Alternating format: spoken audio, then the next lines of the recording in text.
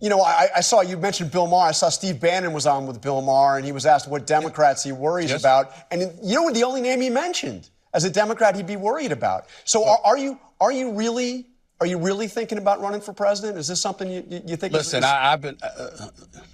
I have no choice because I've had elected officials, and I'm not going to give their names, elected officials coming up to me.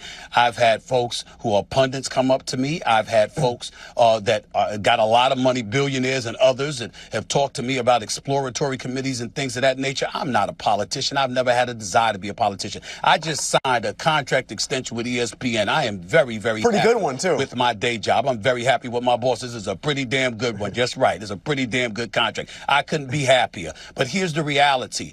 People have walked up to me, including my own pastor, for crying out loud, who has said to me, you don't know what God has planned for you. At least show the respect to the people who believe in you, who respect you, who believe that you can make a difference in this country, to leave the door open for any possibilities 2 to 3 years down the line. And that's what I've decided to do. But again, whether it's Westmore, Governor Westmore, who I know, or Governor Josh Shapiro from Pennsylvania, who I know, Andrew Cuomo, who I had the pleasure of interviewing, who's trying to get back in things and be the next mayor of New York, etc.